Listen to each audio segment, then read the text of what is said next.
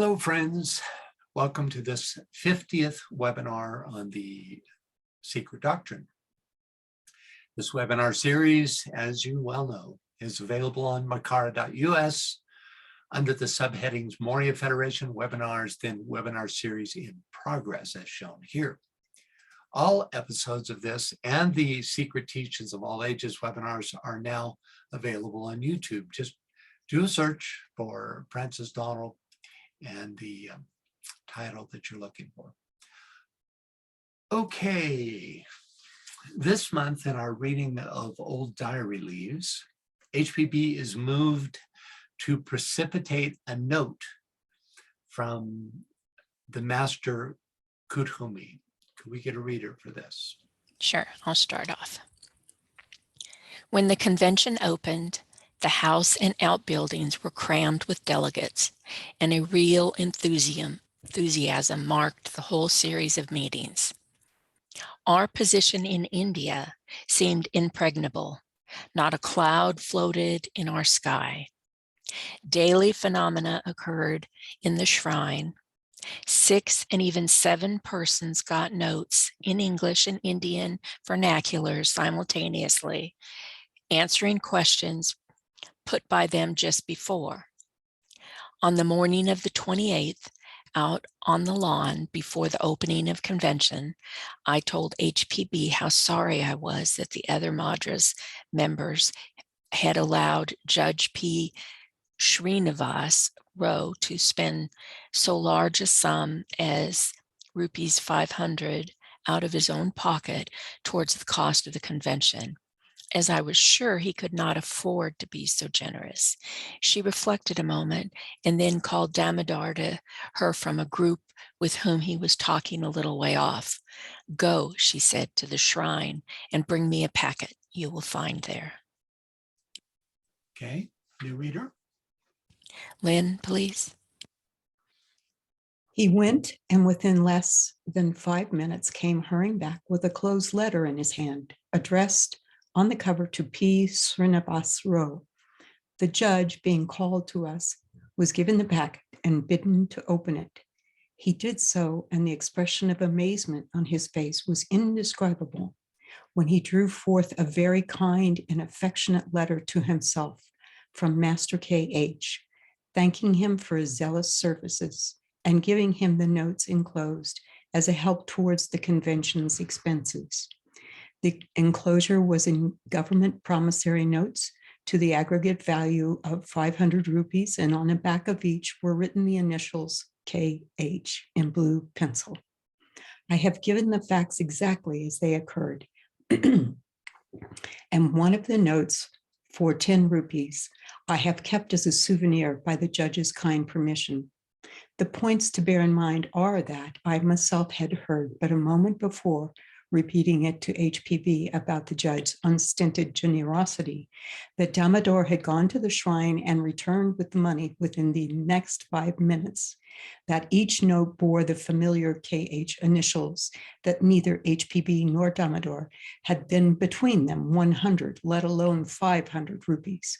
And that the gift was at once reported to all the delegates clustered over the lawn. That it was not fairy gold is evident from the fact of my having one of the very notes now at Adyar after the lapse of nearly 14 years. Thank you, Lynn. Interesting stuff. Okay, on to the Secret Doctrine. Last month, we concluded our survey of the 5th verse of Stanza 5, finishing up with MPH's summary of that verse. Next up, verse 6, the last verse of Stanza 5, which reads, "The Lapika circumscribed the triangle, the first one, the vertical line or the figure 1, the cube, the second one, and the pentacle within the egg. It is the ring called Pass Not for those who descend and ascend, as also for those who during the Kalpa are progressing towards the great day be with us. Thus were formed the Arupa and the Rupa, the formless world and the form in the world of forms, from one light, 7 lights, from each of the 7, 7 times 7 lights. The wheels watched the ring. So much larger, longer verse. Let's take a look at the short first paragraph of HPB's commentary. Can we get a reader, please? Greg, can you read that for us, please? Yes, the stanza proceeds with a minute classification of the orders of angelic hierarchy. From the group of 4 and 7 emanates the mind-born group of 10, of 12 or 21, etc. All these divided again into subgroups of septenaries, novenaries, duodecimals, and so on, until the mind is lost in this endless enumeration of celestial hosts and beings, each having its distinct task in the ruling of the visible cosmos during its existence. Thank you, Greg. Okay, as you know, probably septenaries are 7, novenaries are 9s, duodecimals are 12s, so and so on. Any thoughts or questions about this? Okay, first, the stanza described in the first sentence is not the stanza as it is published in the Secret Doctrine, but rather a much more detailed version, which HPB was able to reference clairvoyantly. This becomes apparent as we read on. The stanza proceeds with a minute classification of the orders of angelic hierarchy, ... until the mind is lost in the endless enumeration of celestial beings, hosts and beings. So aside from the astonishing fact that this endless enumeration of celestial hosts has actually been recorded, we learned that HPB had access to these stanzas in their full version, and that she edited them, in this case, a lot for the published version of the Secret Doctrine. Now, DK's description in A Treatise on Cosmic Fire of the Agni Chaitans, Agnishvaras, Agnisuryans, and the host of devas and elementals that work with these groups gives us just a taste of what the original version of these stanzas might be like. So now to the numbers.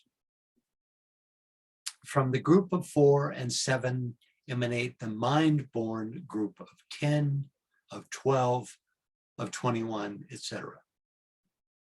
The group of 4 is the third logos. In stanza 3, verse 4, we read that Eka, or Ika, 1, is Chatur, 4. And Chatur takes to itself 3, and the union produces the Sapta, 7. But what makes up this 1 who is 4? HPB's Würzburg manuscript, an earlier version of the SD, gives us some insight. Could we get a reader, please? Yvonne, can you read that for us, please? Sure. The first is the universal cause of all, sovereign good and perfection. The second power is paramount intelligence, having dominion over all reasonable beings. The third, the visible sun, the pure energy of solar intelligence, proceeds from the luminous seat occupied by our sun in the center of the heavens, that pure energy being the logos of our system. The mysterious word, spirit produces all through the sun and never operates through any other medium, says Mercury, Trismegistus, something like that. For it is in the sun more than in any other heavenly body that the unknown power placed the seat of its habitation. Okay, so Trismegistus means thrice great, which is a title often ascribed to Hermes Trismegistus, which is identified with Mercury. Okay, the last phrase, it is in the sun more than in any other heavenly body that the unknown power placed the seat of its habitation, suggests that systemically, this unknown power, that great self that manifests through the sun, is the unifying principle, the one in three who is four, right? Back in stanza 3, HPB identifies that power as Adi Nidana Svabhavat. Here we get a much more esoteric description of the three who is one, or the four in one. Could we get a reader for this? Scott, can you read that for us, please? Yeah. 5. Darkness, the boundless, or the no number, Adinadana Savabhavat. Roman numeral 1, the Adi Sanat, the number, for he is one. Roman numeral 2, the voice of the Lord Svabhavat, the numbers, for he is 1 and 9. Roman numeral 3, the formless square. And these three enclosed within the circle are the sacred four. Thank you. Any thoughts or questions? Anybody want to explain this verse to us? We went over this a couple of years ago when we were back in this stanza. I would just point out that the amalgamate of all these qualities is no number. It's that unified power behind all manifestation, even within itself, right? Because this is the 3 in 1 or the 4, which, going back again to this, the Ika, right? Who is 4. So you have no number, then you have the number, meaning that from which all numbers manifest, right? And then you have, through the voice of Svabhavat, the numbers, for he is 1 and 9. So you have no number, numbers, and even, but then what's not described here is the numbered, which is that which emanates from the numbers, right? So, and that's the sum total. Okay, and we won't get into the formless square and this at this point, because this belongs to previously. But Francis? Yeah. Efrosini says, are we dealing with the three logos or the three suns, the central spiritual sun, the heart of the sun, and the natural sun?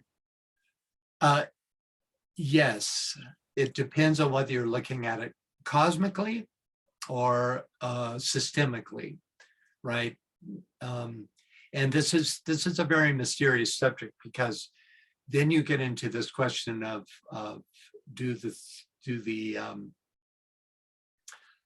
does the central spiritual sun, you could say, is it the source of more than one outer solar logos, or is it just the monastic, the cosmic monastic form of our solar logos? And these are questions that I haven't run across the answer of.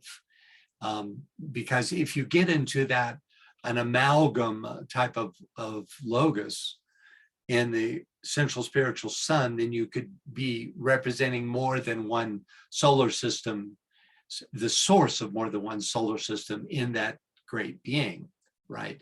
But at any rate, there is an as above, so below that works with cosmic reality and systemic reality. And these stanzas, we're told, and it took us a while to figure this out, are systemically based.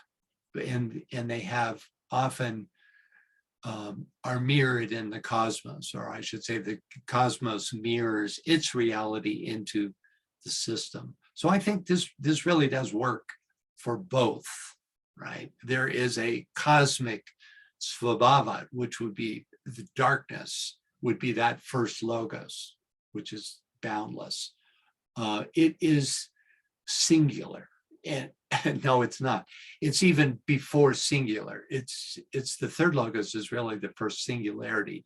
It is the sum total, the boundless, right? And then you have within it these qualities.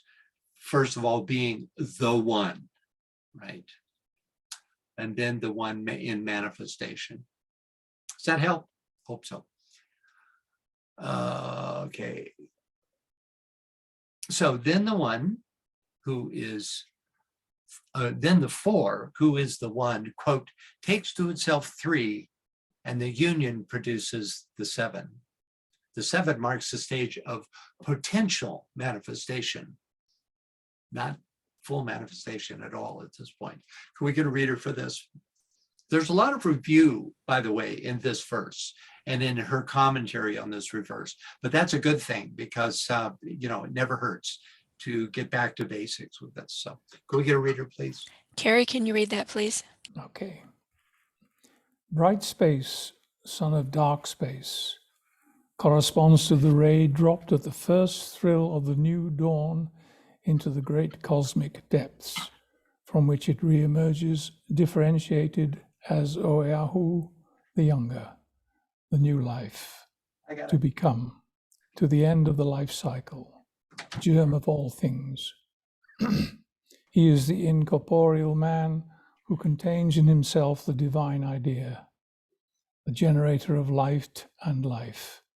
To use an expression of Philo Judaeus, he is called the blazing dragon of wisdom, because firstly, he is that which the Greek philosophers called the logos, the verbum of the thought divine, and secondly, because in esoteric philosophy, this first manifestation, being the synthesis or the aggregate of the universal Oeahu, the son of the sun, contains in himself the seven creative hosts, the Sephiroth, and is thus the essence of manifested wisdom. He who bathes in the light of Oeahu will never be deceived by the veil of Maya. Thank you, Carrie. Any thoughts or questions?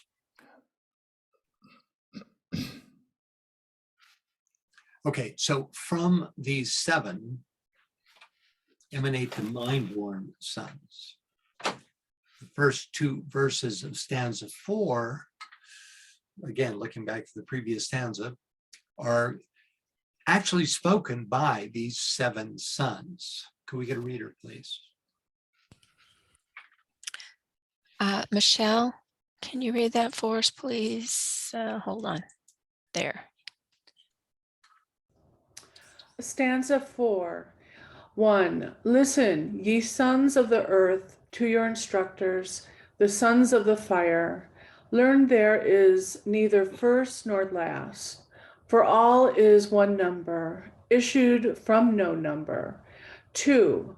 Learn what we, who descend from the primordial seven, we, who are born from the primordial flame, have learned from our fathers. Thank you. So any thoughts or questions about this, where we are in this progression? This is totally formless at this point, right? It's potential manifestation, right? Okay, a quote from later in the Secret Doctrine, which relates to 7 and 12, is restated in esoteric astrology using almost identical language. I've never seen that before, but yeah, we get an almost direct quote by DK from the Secret Doctrine in this. Can we get a reader, please? Christine, can you read that for us, please?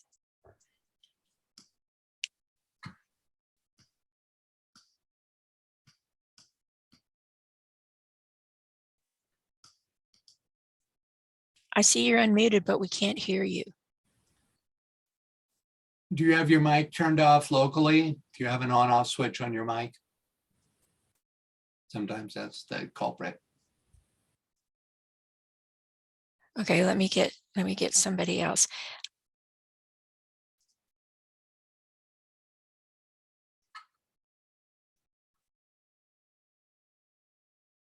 Hello, Hello. can you hear me?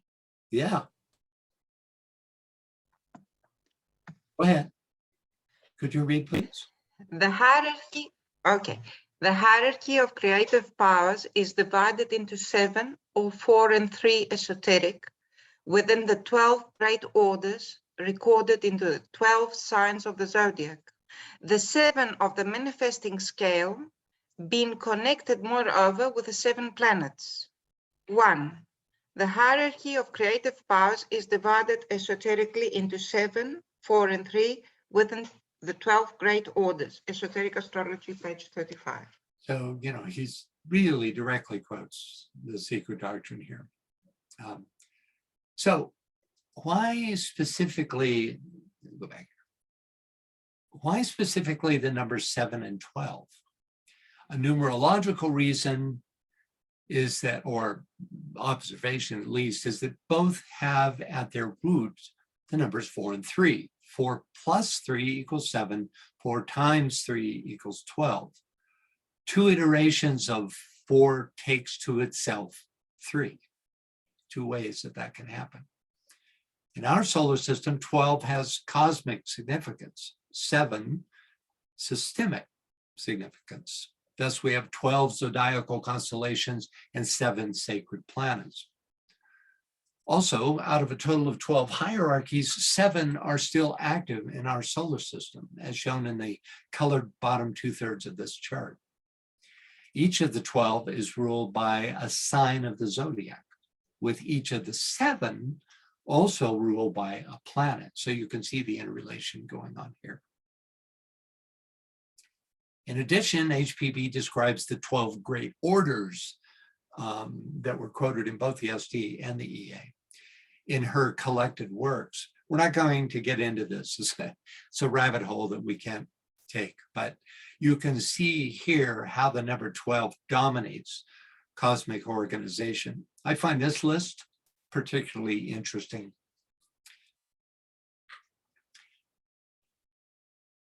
Okay, next, a quote from earlier in this Secret Doctrine ties the 7, 10, and 21 together.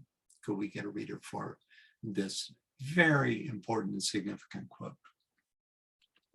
Martha. It's really one of the best quotes on these numbers in the whole SD.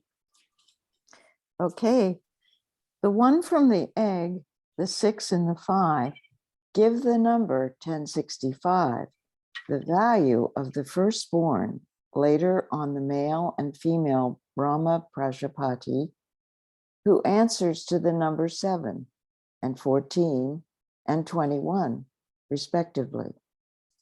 The Prajapati are like the Sephiroth, only 7, including the synthetic Sephira of the triad from which they spring.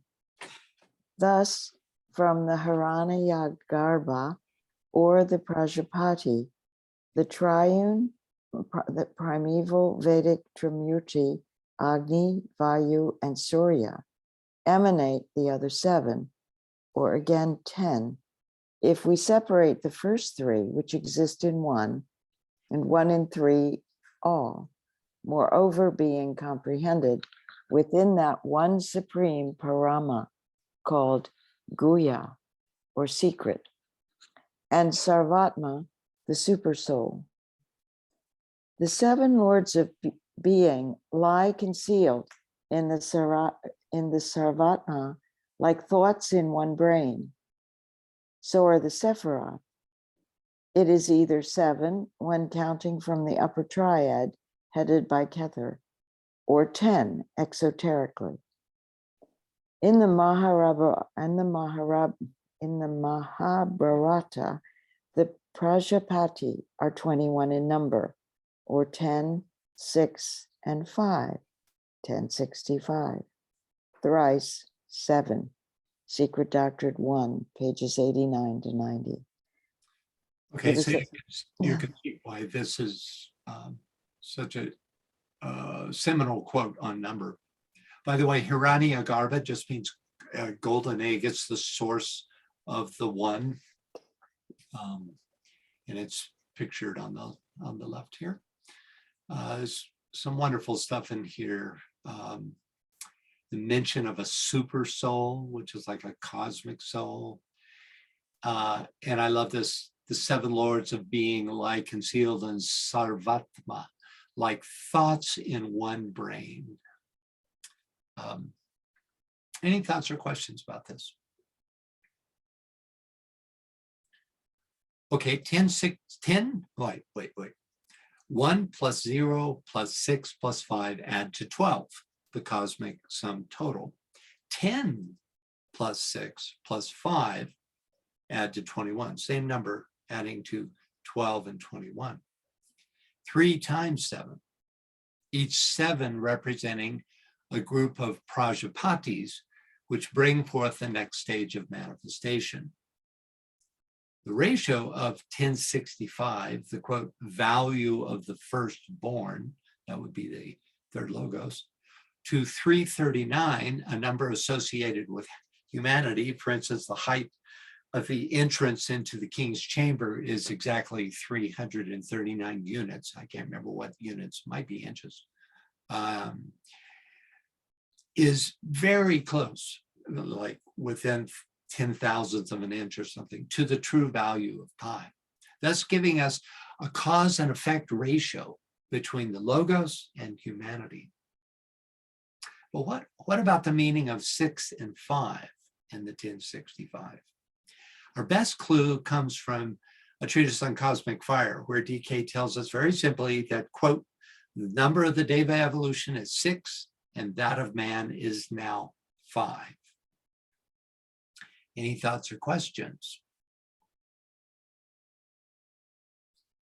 Yeah, we have to keep in mind that these numbers are not sums, like 8 people standing in a room, or as 5 beings plus 2 beings equals 7 beings, but rather in this context, number is an attribute of some expressed energy, like a color or a note, with each number expressing a particular unique quality of being.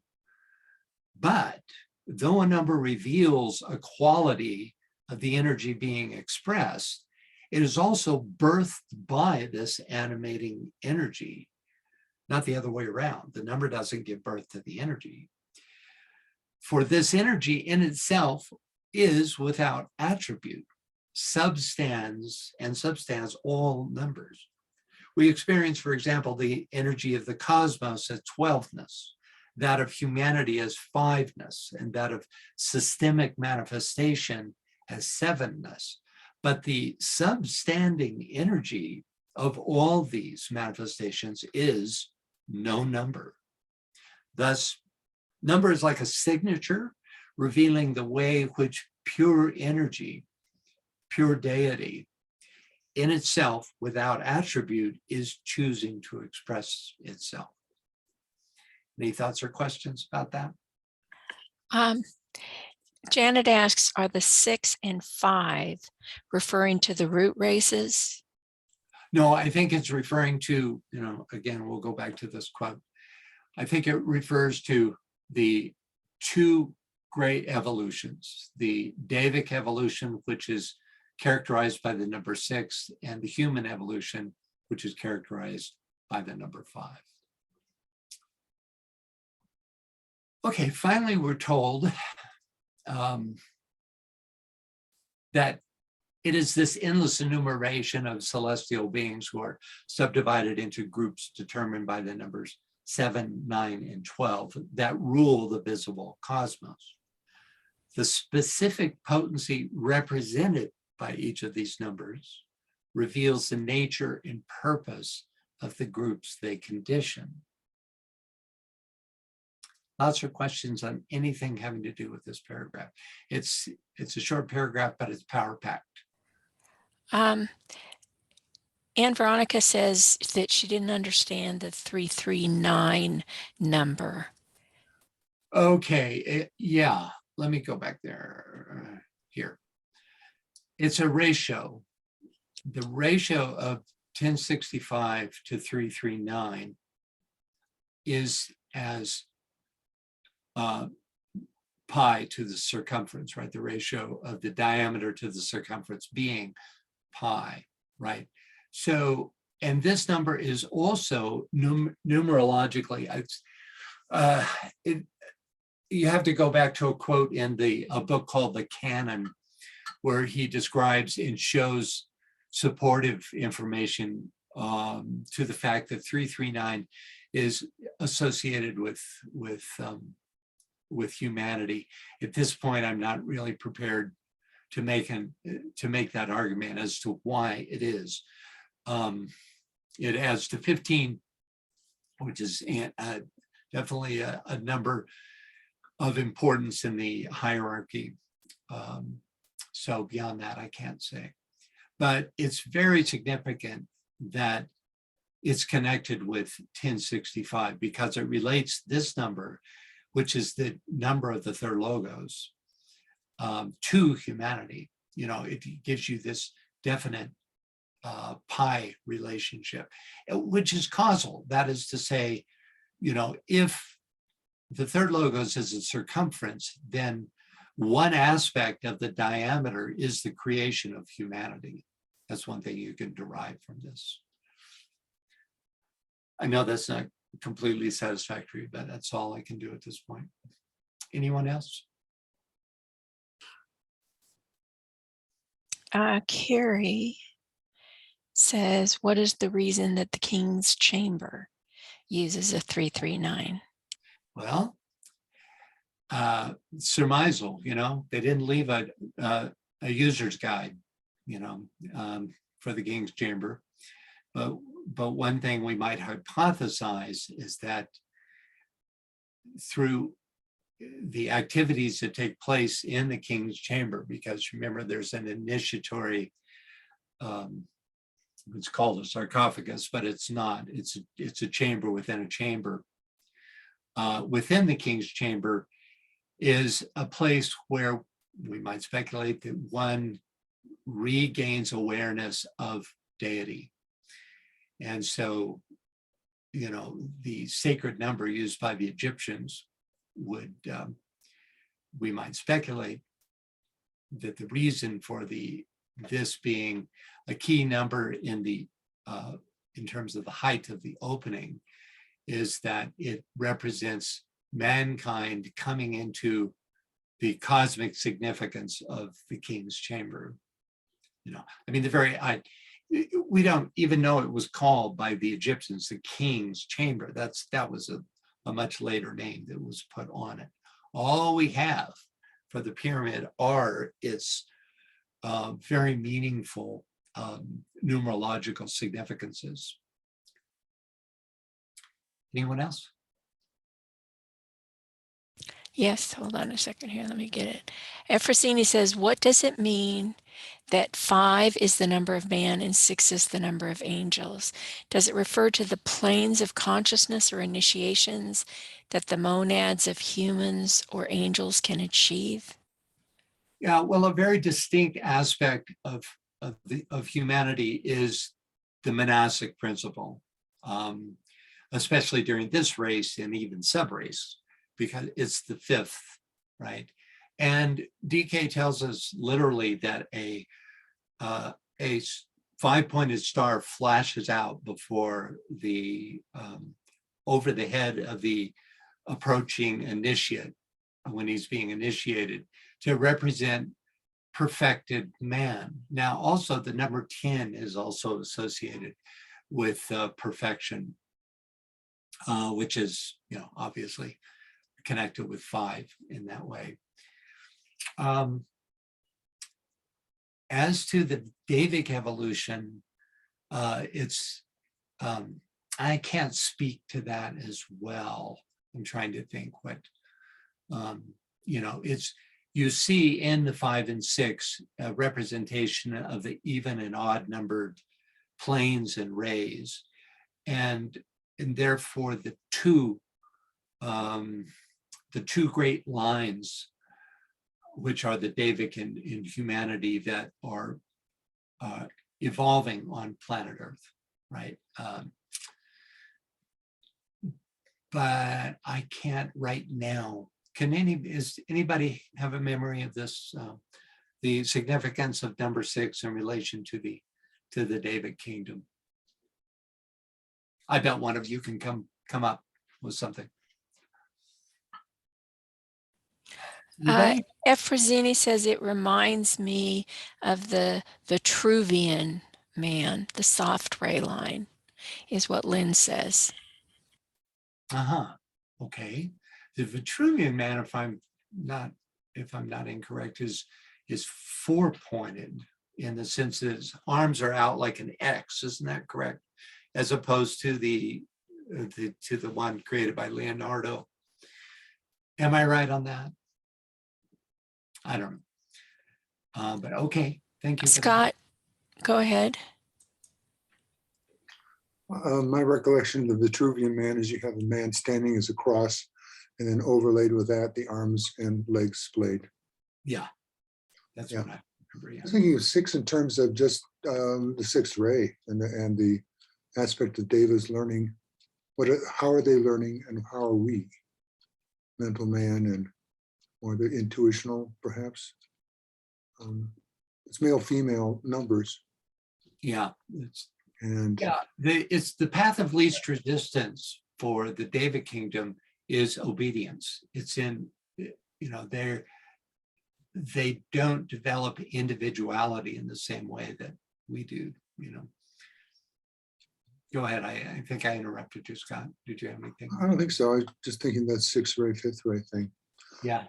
In the way they work, and it's male, female, and magnetic, and maybe magnetic and electric. I don't know.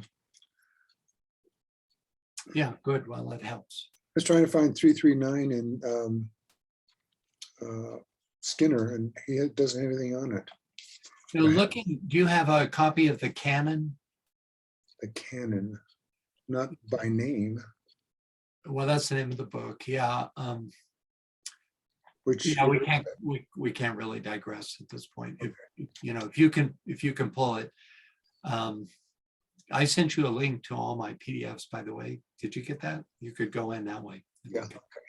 But okay. Any other comments about this? It is fascinating subject. Their numbers are, from one point of view, symbols which carry in them the living energy that underlies them. Efrosini just said as a symbol of man. So in other words, what she was doing was reinforcing what you two were talking about as the Vitruvian man versus the, Leonardo's picture of man with the 5 points. So, and then Lynn says, don't we blend and become the, yeah, we do. She says the Aphrodite race, but isn't it the androgynous? What's the term? Androgyny. No, the two, Hermes and Hermaphrodite. There you go. There we go. That's Thanks. right. The hermaphrodite, that's the 6th initiation. It's when, in a sense, you leave the human kingdom because there's this divine marriage of the hermaphroditic of the 2 lines. So the master, which is the Chohan at that level, and some great Deva Lord combine the energies. This is all nothing that we can even imagine, the level in which this union takes place is extraordinary. But yes, there you have it,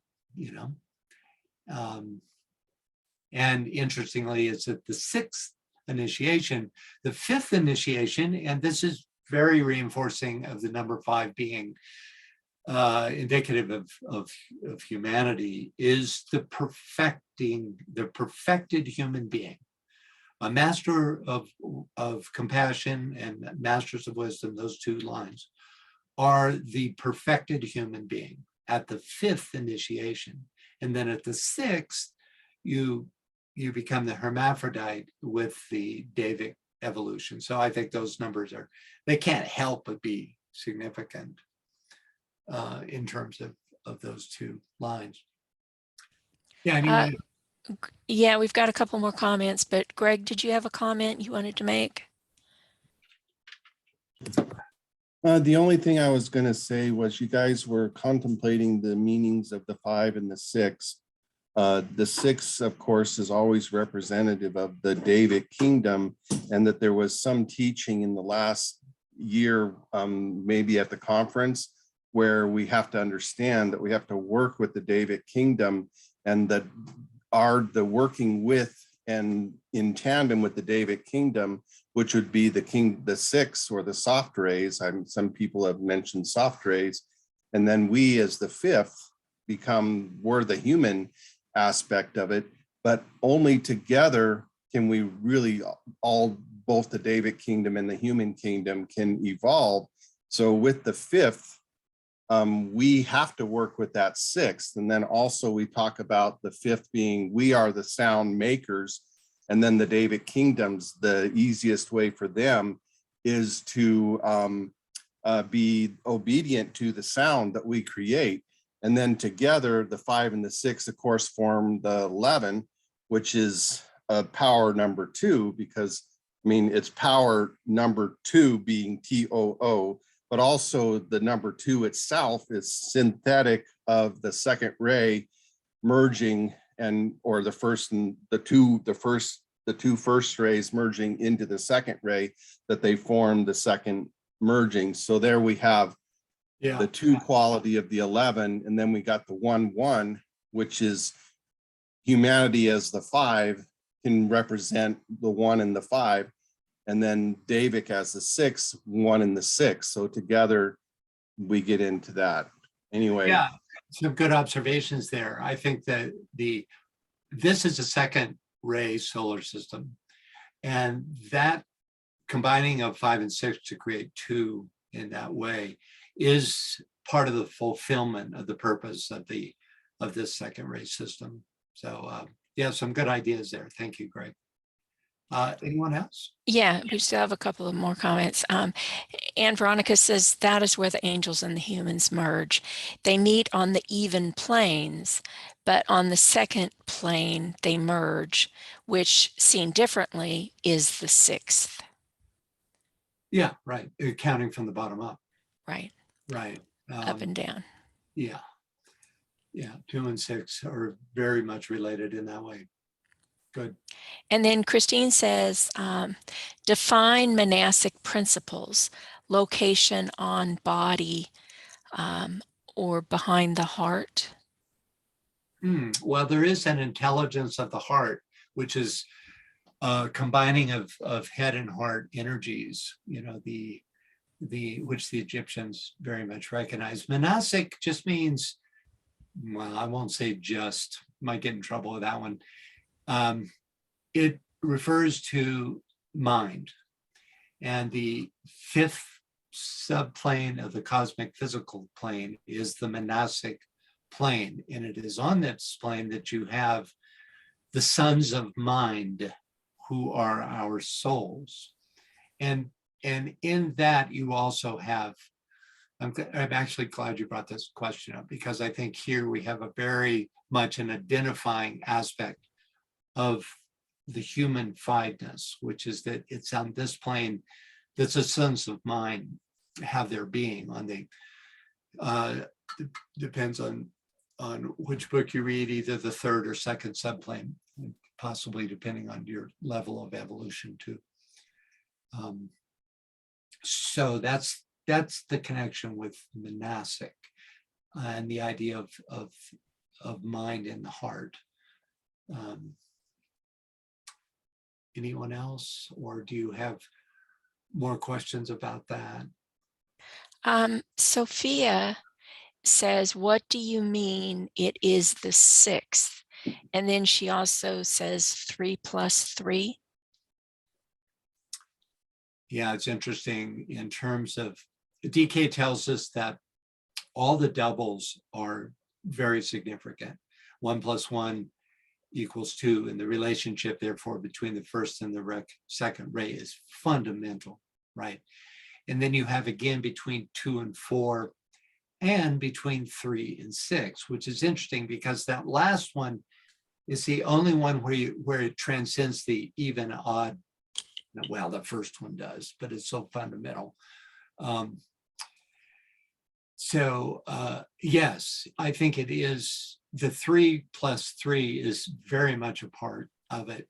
The way you would illustrate the 6 would be a 6-pointed star, which is an up-pointed and a down-pointed equilateral triangle, and represents a point of balance, a point of stasis in terms of a certain kind of energy. And I can see in a way, if you compare the 5 and the 6-pointed star, you get some insight into this. The 5-pointed star is upward oriented with the 5-pointed star with the single point at the top. Then there is an upward orientation and movement to that 5-ness. Whereas in the 6, you have a real balance and a kind of stasis, not in the negative sense, but in the sense of holding place or holding space. Right. Okay, anyone else?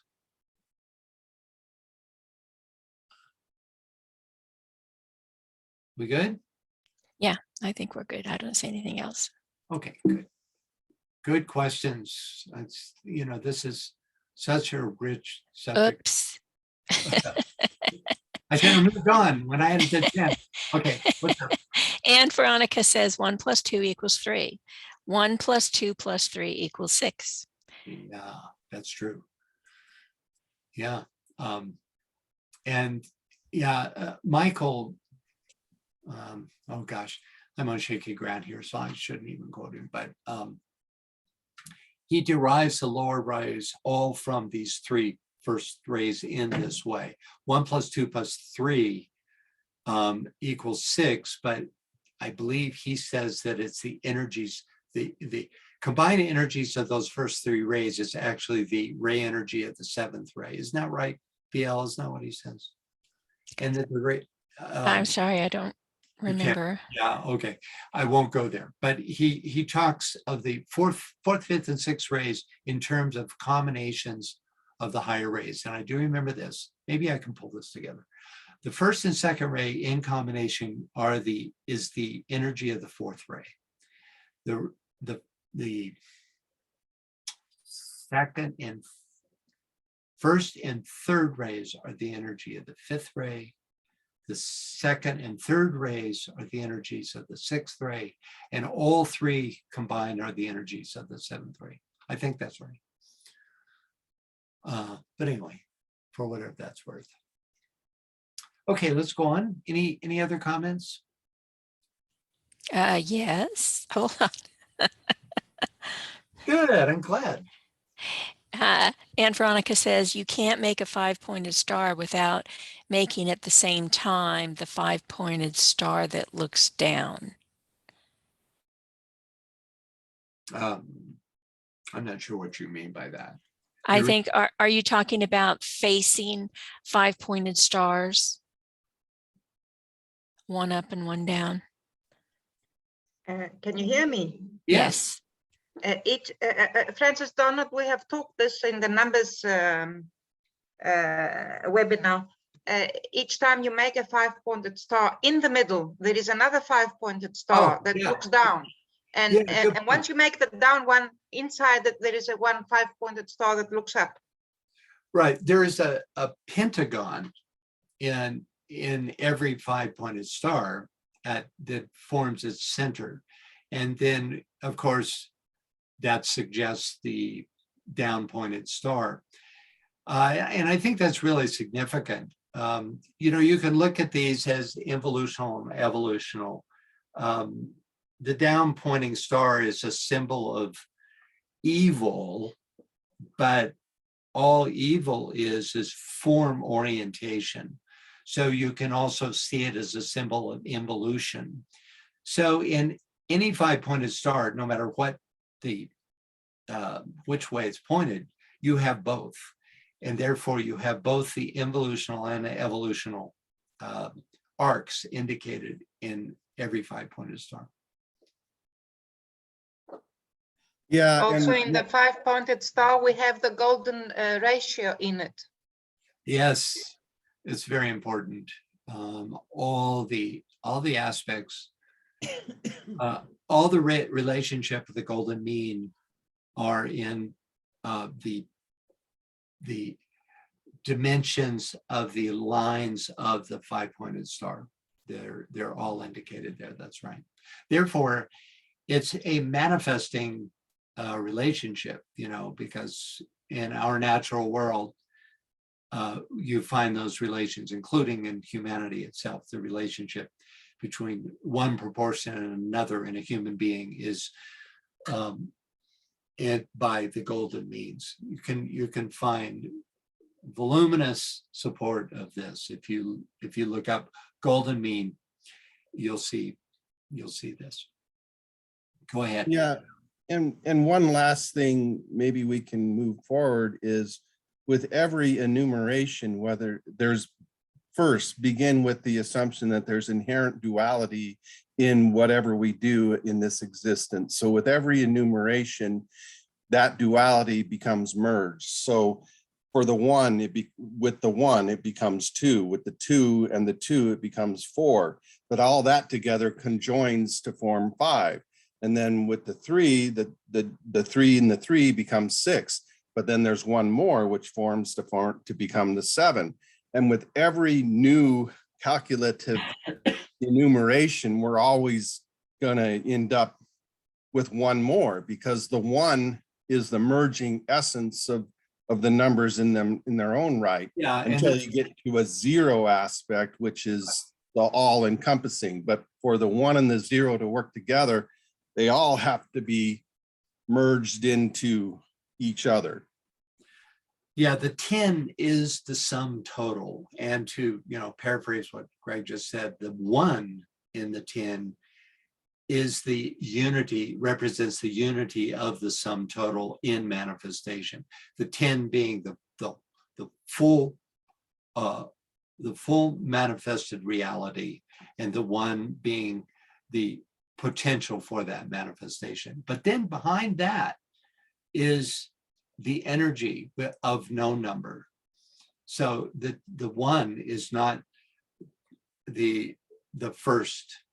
The true first is, and HPV points this out, is no number at all. You know, the first one is not really a one at all. So, okay, any other questions on? Yes, we have one more comment from Christine. She says, the rose relates to the 5 and the lily relates to the 6. Yeah, that's interesting. Yeah. Yeah. Yeah. And of course, the rose has all kinds of esoteric ramifications. So yeah, thanks for that observation. We won't pursue it right now. And Samuel says 10 may also represent all human knowledge. Yeah, it's a form of the sum total, right? The 1 and 9, you know, so you could call it a representation of the rain cloud of knowable things. And sometimes the 9 is used to represent the sum total. But it's when you use the 9, it's referencing the manifested sum total, right? Okay. All right. Any other? Okay. Nothing right this second. Go quick. Okay, next up, we come to the commentary that specifically references the A section of the verse, which reads, the Lepika circumscribe the triangle. The first one, the vertical line or figure one, the cube, the second one, and the pentacle within the egg. So this first paragraph, this previous paragraph, was sort of a comment on the entire stanza in a way. This, right? And then we get into the verse itself with this. And unlike before, she tends to skip around in this. So if you want to know what's being talked about in the paragraph, then look over to the left, and I've indicated it in the verse. So could we start with the reader, please? Vivian, can you read that for us, please?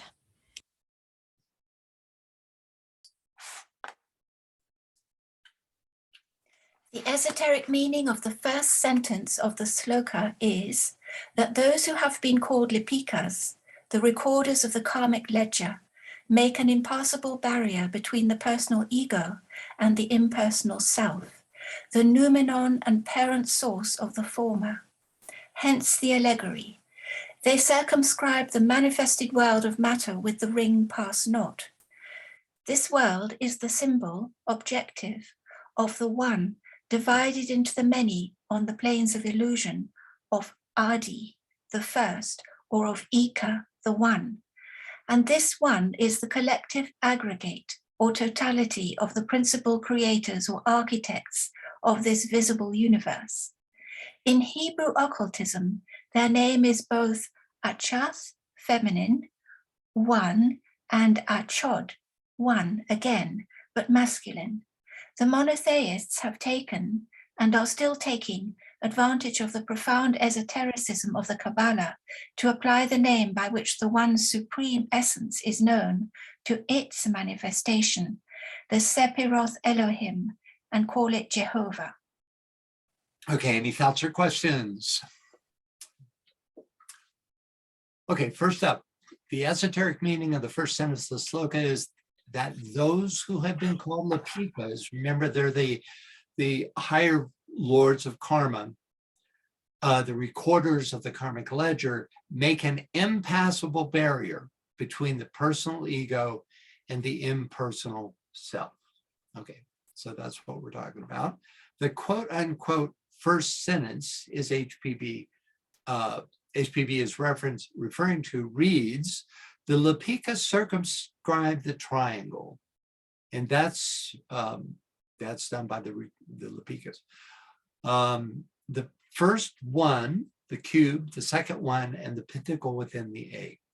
A barely veiled reference, by the way, to the 31415 of pi. We'll take a closer look at these numbers and figures when we analyze the verse itself. Now, it's my understanding that erecting this barrier is the work of the Lepika for two reasons. First, it is the Lepika that oversee the plan, or they are the agency by which universal law comes into manifestation. Secondly, part of the law they uphold is that humanity must work through all the karma they've incurred before reunion with the divine essence becomes possible. Referencing verse 6, Mr. A. Kitely asks about this impassable barrier. So it's referencing this passage that we're reading right here. HPB responds with an explanation of the impassable ring, the triangle, and square. Could we get a reader, please? I'll read this. Mr. A.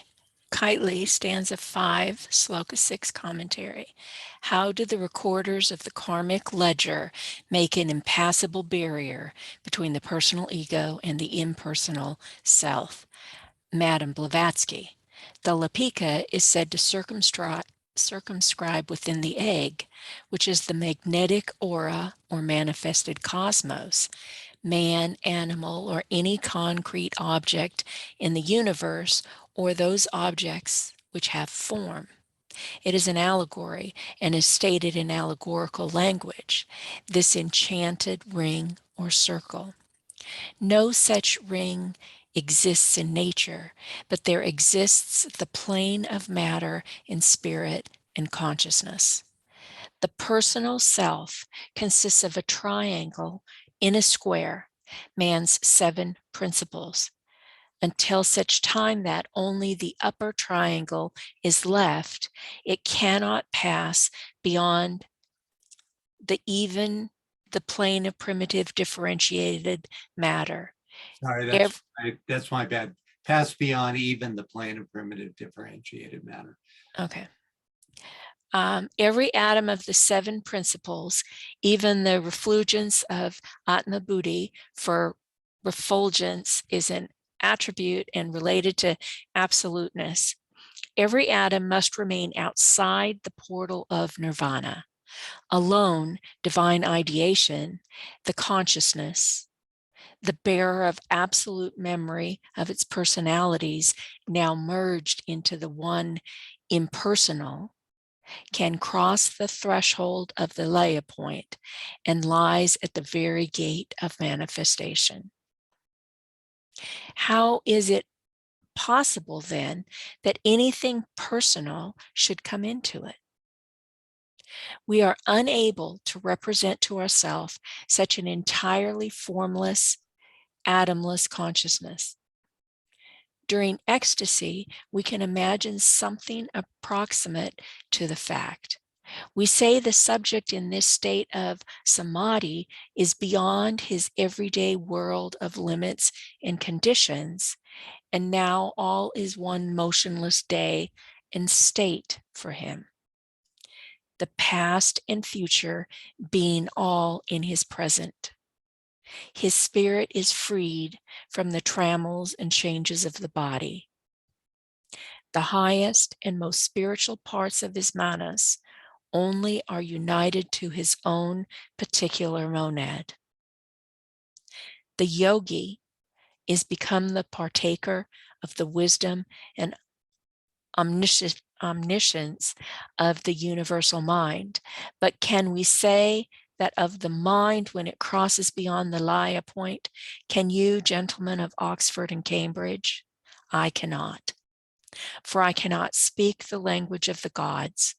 If I could, you would not understand me. Thanks, Bill. Any thoughts or questions about this? I thought it was worth including because she expands on the what she says in the Secret Doctrine quite a bit in this. So. Okay, I see hands. Yes, Samuel, go ahead.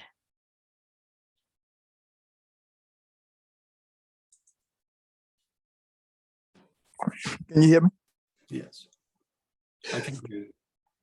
Excellent. Yeah, I mean the ring past not it just kind of, I think it's pretty much synonymous with ourselves, where regardless of how spiritual you are or how well knowledgeable you are, and you are doing all of the right thing, you still may not have access to the soul or be able to go into samadhi like that. So in other words, you might understand the teaching in an intellectual way, but it cannot pass on into the spirit, and maybe until you become full and ripe, just like a fruit.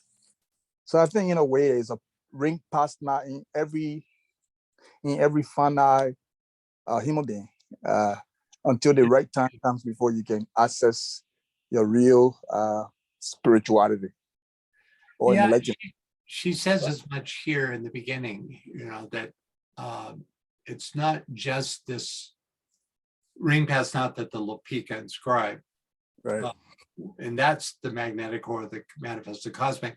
So cosmos, that really is separating the pure formless realm from all form. That's where that circumscription takes place. But you also have, and what she's saying here is that manifested cosmos includes man, animal, or any concrete object in the universe, or any object that has form. But what you say has merit, which is that we all are our own ring past knots, and there's infinite number of ring past knots based on the consciousness that we carry at the time, right?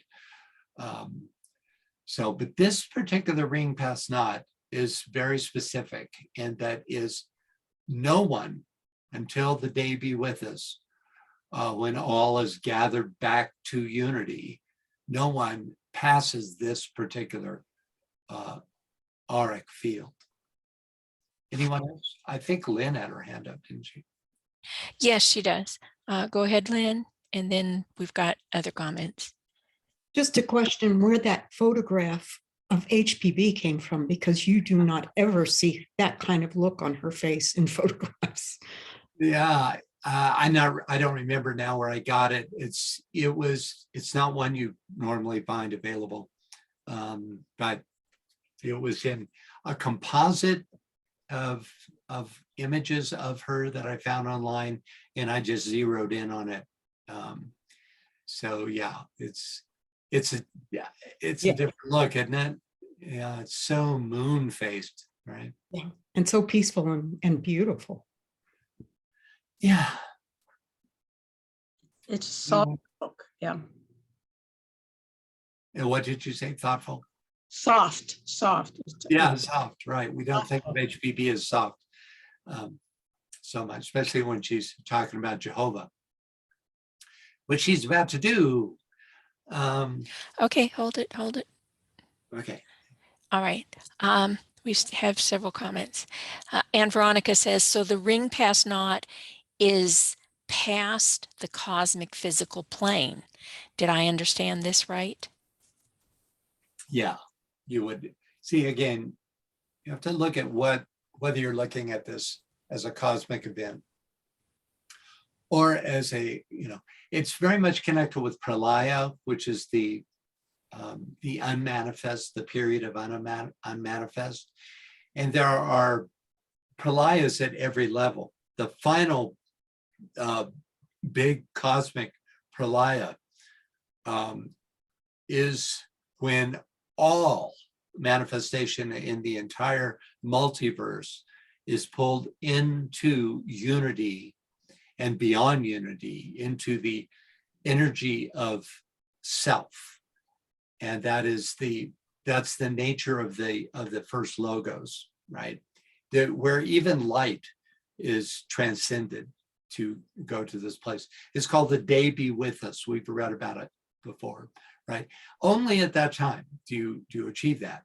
Now there's also systemic pralayas where just this solar system goes into this unmanifest period between solar systems, right? And everything is frozen in stasis before it remanifests at the level that it was at before it went into pralaya, right? Yeah, so there's pralayas at many different levels. There's also each planet in its own cycle. Between cycles has pralayas. Each globe has a period of non-physical globes that represent a pralayic period. So, and these all have to do with lipikas at one level or another. I hope that helped. Anyone else? Yes, we have a couple more. Sophia wants to know what refulgence means. Refulgence, full, you could say full glory. A refulgence of means in fullness. I could, oops, can't do that. I'm just gonna, where'd it go? Yeah, it's here, isn't it? That the refulgence is here. Let's see what, what the dictionary says. Refulgent, shining brightly. Okay, so I'm wrong. Expressing intensive force. Fougère, to shine. So it's more shining than it is fullness, but I think expressing intensive force is maybe the more esoteric. Shining brightly, refulgent. I've always thought of it as, in full glory. Yeah, but it seems to be connected very specifically with light. So, but when you're talking about Atma Buddhi, it's going to in fullness of expression, is certainly going to be an aspect of its refulgence. So, thanks for asking. Okay, and then Anne Veronica says, based on the picture there, usually she has the burning eyes of Master M. Oh, okay. Yeah, it's a different type of picture. It sure is. Okay. And then Efrosini says, for what reason the personal self is isolated from impersonal self? What does the ring pass not protect? She says it reminds me of the symbol of the exit from the Garden of Eden. Yeah, there's a relationship there. When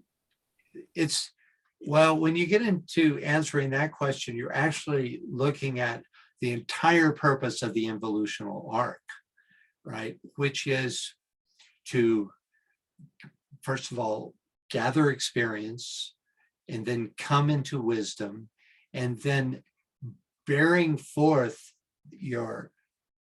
the sense of self in group work, but entering into group work without a loss of the sense of self.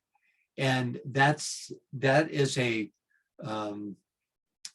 carrying that jivic aspect, the indwelling spark, forward into group work, and then ever expanding levels of groupness. So that's, and also in the involutionary path, the lesser always helps to evolve the greater.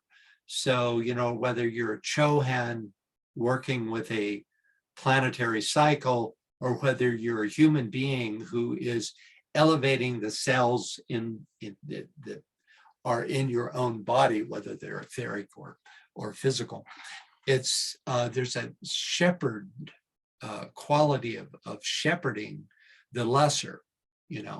Humanity itself is called the shepherd of all the lesser kingdoms. And so in that evolutionary process, this is a way in which the lesser are able to take the path to greater awareness at whatever level, right? But that's a big question, It's interesting because I was just reading this week. I read the Pistis Sophia, and in Gnosticism, they actually believe that the involutionary powers, the 7 Prajapati, are evil beings because they drive us out of deity into the form aspect. So it's a very different understanding of the purpose of involution, right? And as to the ring pass not itself, well, it's not protective so much as indicative of the very nature of manifestation.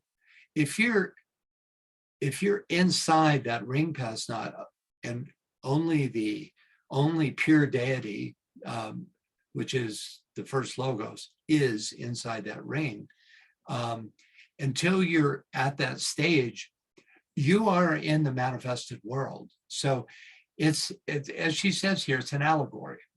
No such actual ring exists, and it separates pure deity from that admixture of deity and form. So it's not really protective in that sense. Any other thoughts? Yes, Samuel says the pralaya of our own universe might take place independent of the rest of other universes. I know this because the Secret Doctrine does allude to this and says that there have been great sages in far, far bygone era who have watched it happen. Question is, does Mahapralaya refer to the entire boundless cosmos? I wish to doubt it. Well, again, you're talking about multiverses here. If you're talking about universe, what constitutes a universe? We're not really equipped to answer that question, but if you look at it as,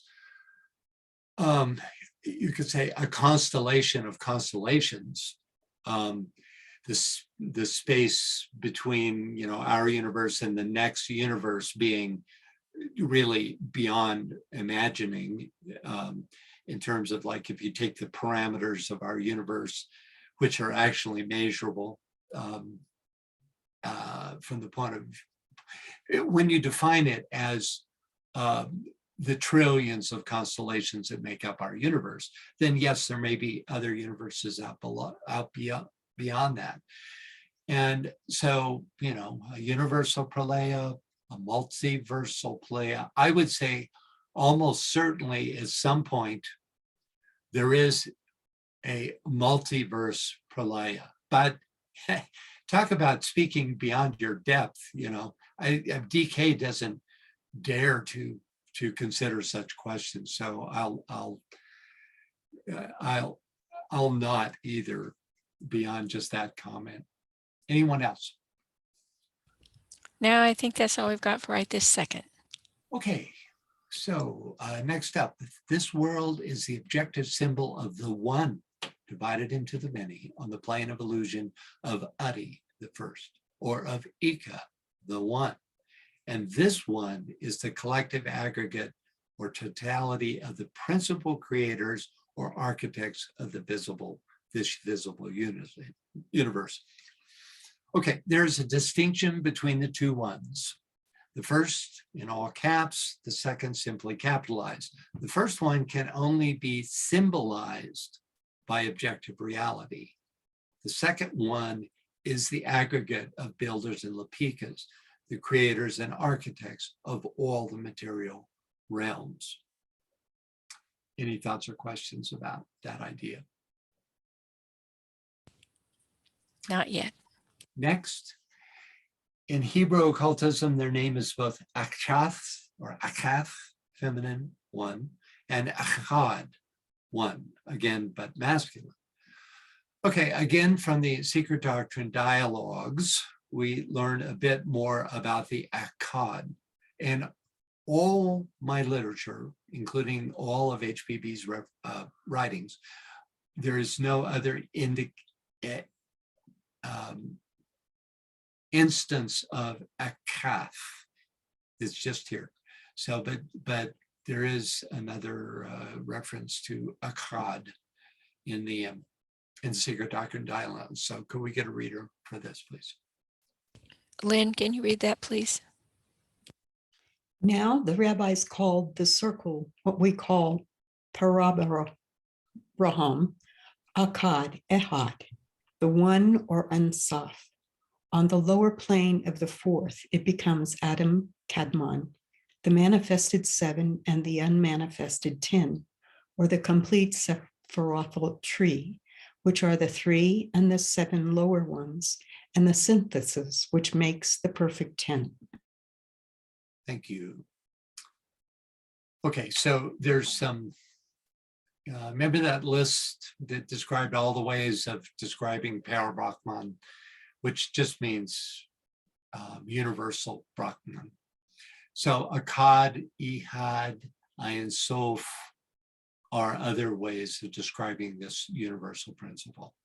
Okay, in this masculine form. Now I would put forward that Akath, the feminine version, would be universal substantive nature, that second aspect, the second logos, right?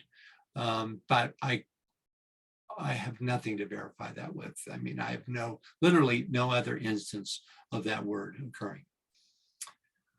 Okay, next, HPB berates the monotheists for downgrading the Sephiroth Elohim to the level of Jehovah, a chief builder, Jehovah, but not to be confused with the Ein Sof, the Supreme One. This subject is one of HPB's favorite rants, by the way. We'll run into it, and we have run into it again and again in the Secret Doctrine.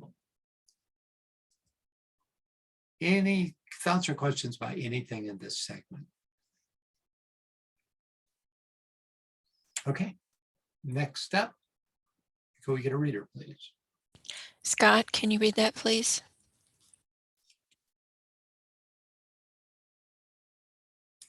Okay.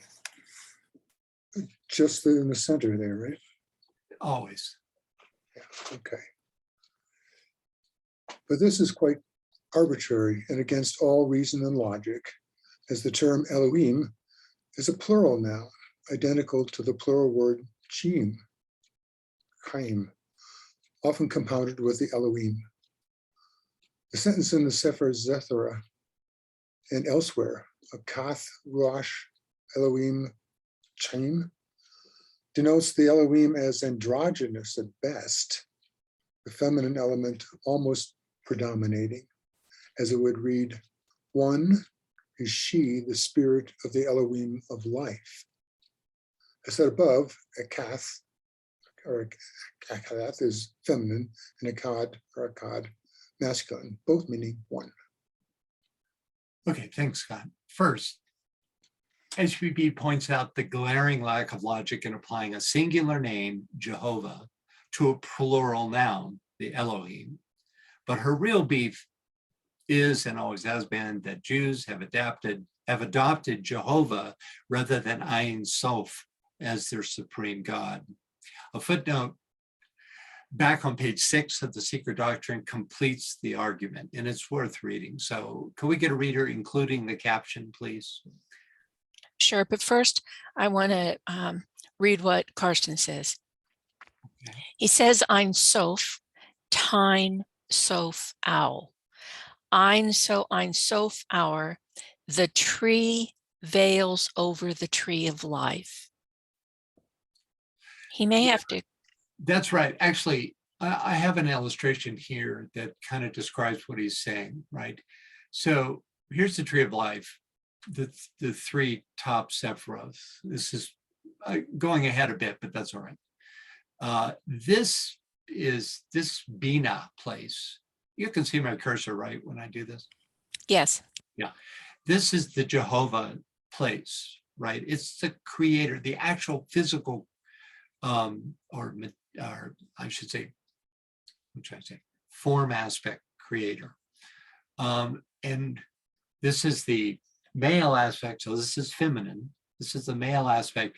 Here's the universal aspect, the unity of these. And then above that is these three levels of Ayin. So you have Ayin, Ein Sof, and Ein Sof Or, which I think is what he was just describing.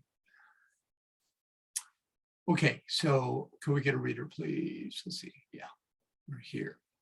So you see, this is an early illustration of this three, right? And then that which sits above it. So could we get a reader, including the caption? Okay, Greg, will you read that for us, please? But first, Lynn says, isn't Jehovah a duality? Oh, then she says, never mind. Yeah, well, yeah, very, very specifically, you could say the essence of duality, right?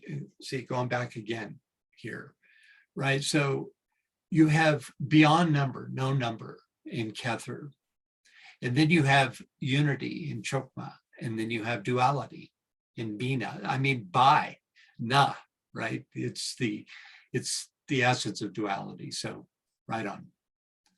Okay, can we get a reader then, including the caption? Okay. We are told by the Western mathematicians and some American Kabbalists that in the Kabbalah also the value of the Jehovah name or Jehovah name is that of the diameter of a circle. Add to this the fact that Jehovah is the third Sephiroth, Bina or Bina, a feminine word, and you have the key to the mystery. By certain Kabbalistic transformations, this name, androgynous in the first chapters of Genesis, becomes in its transformations entirely masculine, Cainite and phallic. The fact of choosing a deity among the pagan gods and making of it a special national god to call upon it as the one living God, the God of gods, and then proclaim this worship monotheistic does not change it into the one principle whose unity admits not of multiplication, change, or form, especially in the case of a priapic deity as Jehovah is now demonstrated to be. And this is from the Sephira, Keter, Chokmah, and Bina as depicted in a Mizrach printing by Samuel Habib. Okay, thank you, Greg. Priapic in this, let me get back here. Priapic in this, at this level of use of the word, is concerned with manifestation and generation into diversity, in contradistinction to the first aspect of pure deity, Ein Sof, which in the Kabbalah overshadows Kether, the highest Sephiroth. Any thoughts or questions? I think it's starting to become clearer, right, as to the nature of Jehovah here compared to, and her beef in confusing the two, the Ein Sof and Bina, right? Go ahead. Efrosini says, I do not understand what Blavatsky means. On the one hand, there is the one, but God, the Elohim, are many. But behind the many gods, there is not the one God after all. The one God, the one manifests as the many. The 7 in 1 or the 4 in 1, depending on what level of manifestation you're looking at, is the one singularity, third logos. You can call that God, because we think of God as a singularity. Now, Godhead or deity is an energy field which substands that oneness, and which is called the absolute.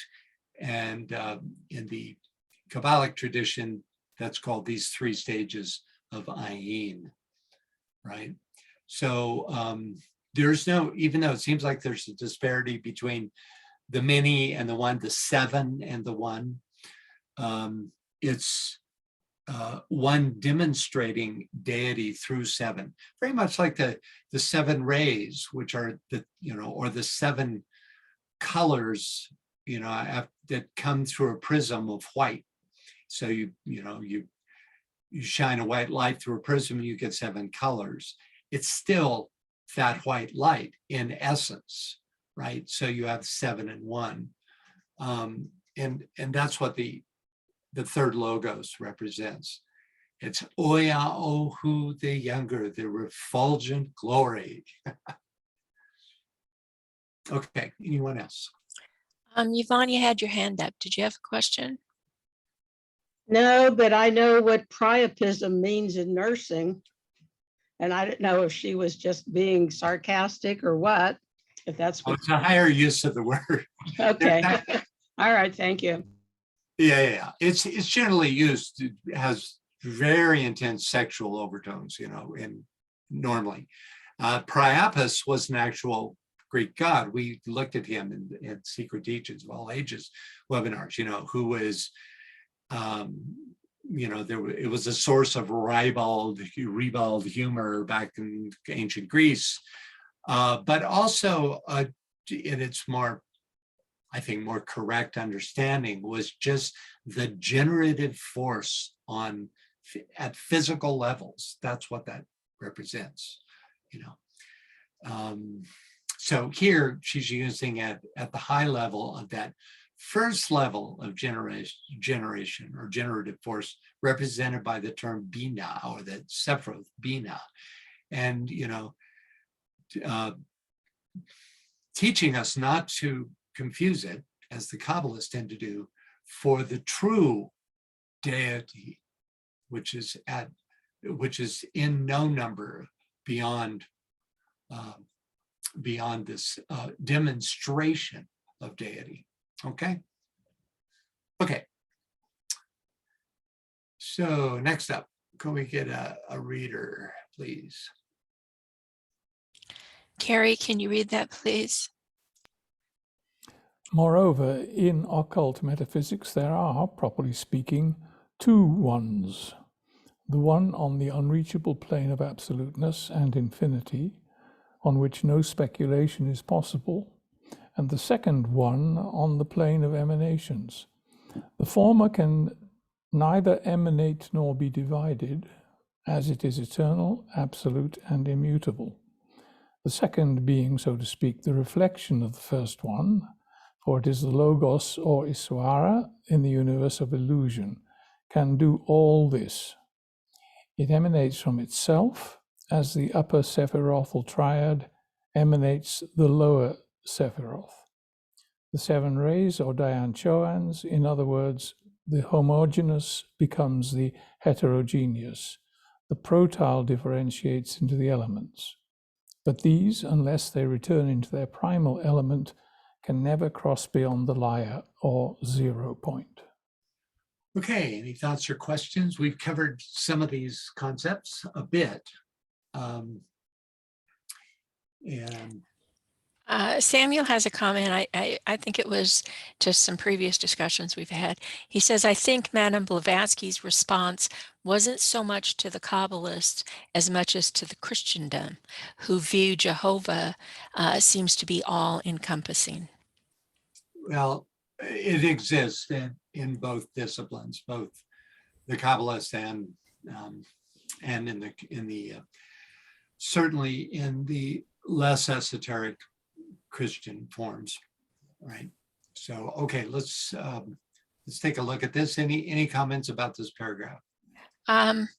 Well, this is, Anne Veronica has another comment, but it's about the previous one too. She says, Ein Sof, it seems to me that these are Greek words meaning eternity and wisdom.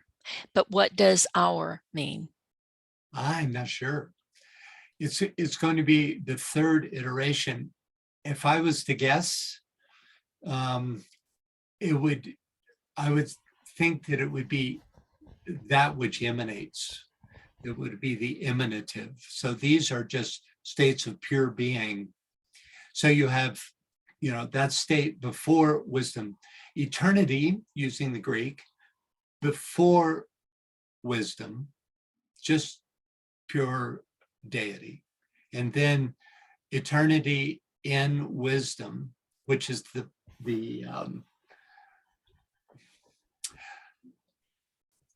well, gosh, how does I'm trying to think how HPB describes this, because it's the concept of consciousness that comes into form as a result of an interaction with matter. Okay, and then just a guess, I would think this would be these two in emanation. But, somebody maybe do a word search for AUR Greek, since that's what we're looking at. Oh, I just looked it up and it says eternal light is the English translation. Perfect. Okay, that's actually right on what I'm talking about, because light is going to be eternal light, would be the first and highest level of the emanation of eternity, and the eternity and wisdom in emanation. So good question. Thank you. And then Efrosini says protile is fohat. I guess that's a question. Protile is another word for that unified principle, but it tends to be in relation to the elementals, you know, and of course, elements being in ether, fire, air, water, and earth, right? And so the combination of those five is the protile, which is a form of unity, right? It's a form of the homogeneous compared to the heterogeneous, right? Okay, but we're going to get into that when we take this apart. Okay, so first up, in occult metaphysics, there are, properly speaking, two ones. We looked at this just a little bit. The one on the unreachable plane of absoluteness and infinity, on which no speculation is possible. And the second one on the plane of emanations. Okay, so before I developed this, I saw a hand. I'm sorry, I missed a hand. Carrie, did you have a question? No, I think it was Efrosini. Oh, Did you have her hand up? yes. Okay. Go ahead. Efrosini, sorry. Go ahead. Sorry. I think that protil is a Greek word that it means the first matter. Yeah, there you go. The first matter. So then that's why I say I question if this is fohat. Not exactly. You know, fohat you can think of is that which binds spirit and matter, and it's electrical in quality. Whereas a protile would be the homogeneous combination of the five elements.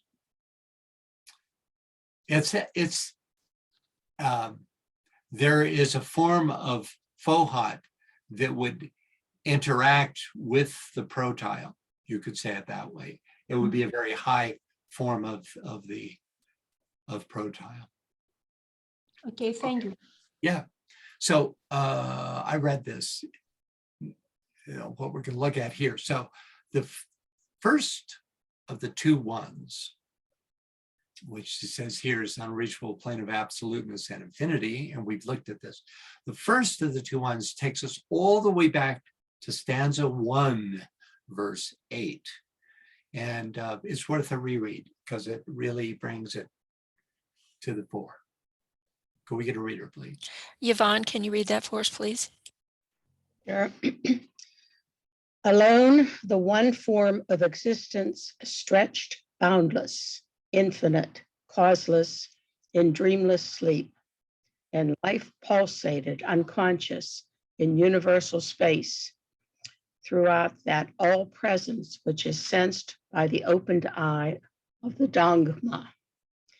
It is the one life, eternal, invisible, yet omnipresent, without beginning or end, yet periodical in its regular manifestations, between which periods reign the dark mystery of non-being, unconscious, yet absolute consciousness, unrealizable, yet the one self-existing reality, truly a chaos to the sense, a cosmos to the reason. Okay. A few webinars back, we reread, you may remember this, the list on the left of all the names used in the first pages of the Secret Doctrine, for the absolute.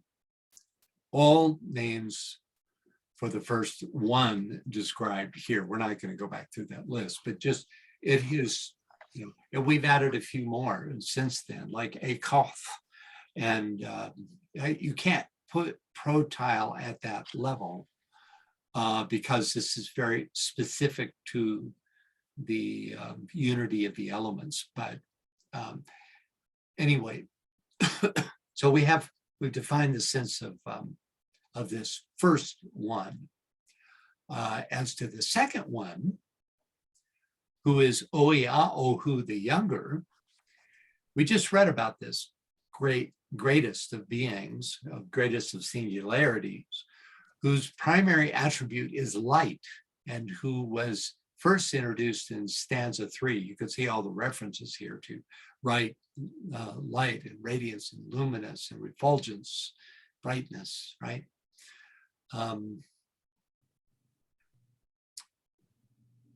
The first and second ones are summed up in the two phrases, bright space, that's the second one, son of dark space, that's the first one, the white, brilliant sun of the dark, hidden Father.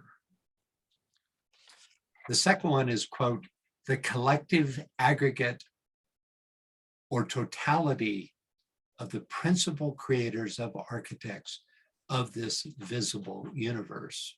That's the many in one concept, right? Okay, thoughts or questions about this section, about the two ones?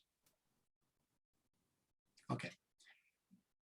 Next, the former can neither emanate nor be divided, as it is eternal, absolute, and immutable. Division creates diversity, which is only possible through emanation into the form aspect. The spirit is ever one, even during periods of manifestation, during which time it substance creation, animating the form world through Fohad. And I have to let my cat out, being in form. Okay, come on.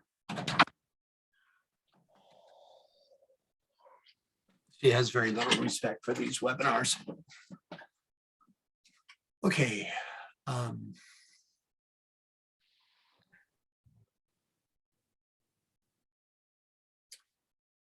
Any thoughts or questions? Okay, next. The second. Yes. Yeah, I see, Samuel. Okay, go ahead, Samuel. Can you hear me? Yeah. Yeah, it is just that last portion before you went on about, which I think is a description that has to do with Parabrahma. It's just very interesting to me. I think that would be the basis of philosophy in general, that the one absolute has no, it's not conscious, and yet it is actually consciousness itself, and it is the one reality and all of that. But then the question, how would they know, since they are, there's no way they are not Parabrahm himself, and yet they are able to describe how it feels. And the only way to know is that because it is one, it couldn't have a second. It couldn't say that I am happy. It couldn't have any quality, because the recognition of anything would kind of create a sense of duality, right? You know, and that's where I think it's just very interesting. Yeah, and you're right. It is the root of all philosophy worthy of the name, right? And anytime you try to describe it, the language itself makes the description inaccurate, right? Because the very fact of describing it, like all of these, this whole column here on the left attempts to describe this absolute, suggests that it partakes of these qualities, and it is beyond all quality, you know? Like there's this term, the deep. Well, so it's not the height, it's not the, no, it's neither. It's not any of these things. So this is just an attempt, as, let's see, there's a Buddhist saying, don't mistake the finger pointing at the moon for the moon. And, these are all fingers pointing at the moon, right? In this case, it's not the moon, it's the, it's the highest level of reality. Okay, let's see, getting back here again.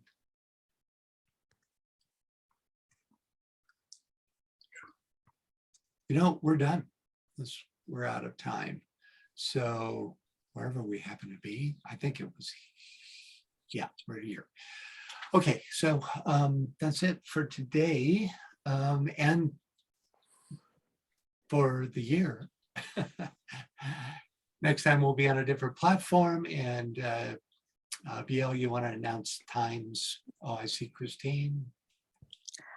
Yeah, Christine's got her hand up and Samuel has a comment. He says, it's not fair to even say that it exists because the question would be, where does it exist? The truth is, it's the where itself. It's beyond the where. First of all, if you look at the nature of the word exists, it's EX, which means outer.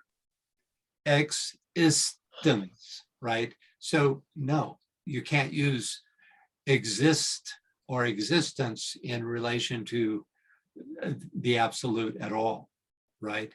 And then where is a location or the realm of location. And so not even where-ness is relevant. But that just takes it back to what I was saying before, which any word circumscribes it. However, when you read them all together, you at least get a sense that is a shadow of what's trying to be described, right? And it's what the reason this is all being reviewed here is because of the idea of the Lepika circumscribing this first one, right? This is what lies inside that circumscribed circle. Okay, yeah, the other comment, real quick. Christine? You look unmuted and we see your hand up, Christine, but can you talk to us? I don't hear you. Do you have a button on your microphone that's turned off? Okay, we don't have you, so let's go ahead. Okay. This is our last time doing a webinar. We're changing format starting in January with the first secret teaching of all ages. That's going to be on January 2nd. And the next secret doctrine we're deviating in January.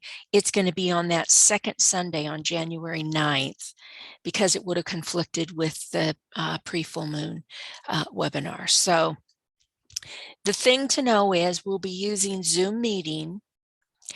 We will have no registration, but we will have one link for both of the secret teaching of all ages as well as the secret doctrine. You just click on it and at the right time, and you'll go into the waiting room. There'll be a little notice that lets you know you're in the right place.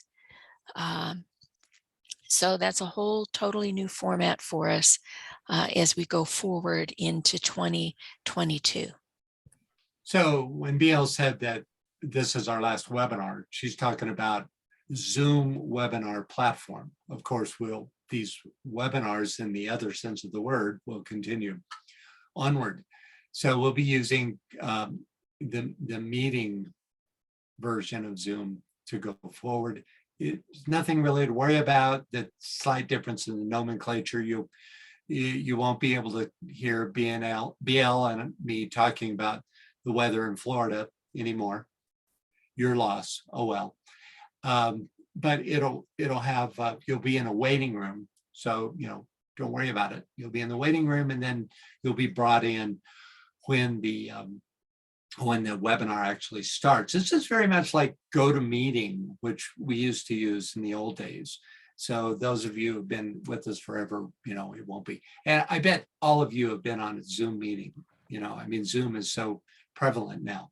This is just a kind of large version, you know, I mean, it's a large group in Zoom meetings. So, okay, so the very next date is the first Sunday in January. Right. The first Sunday in January is the Secret Teaching of All Ages on the 2nd of January. And the Secret Doctrine is going to be the second Sunday of January. It's going to be on the 9th. And that differs from our usual third Sunday. Right. So we'll be seeing you soon. Have a absolutely wonderful holiday. I hope you get some great food, rest, and deep spiritual experience.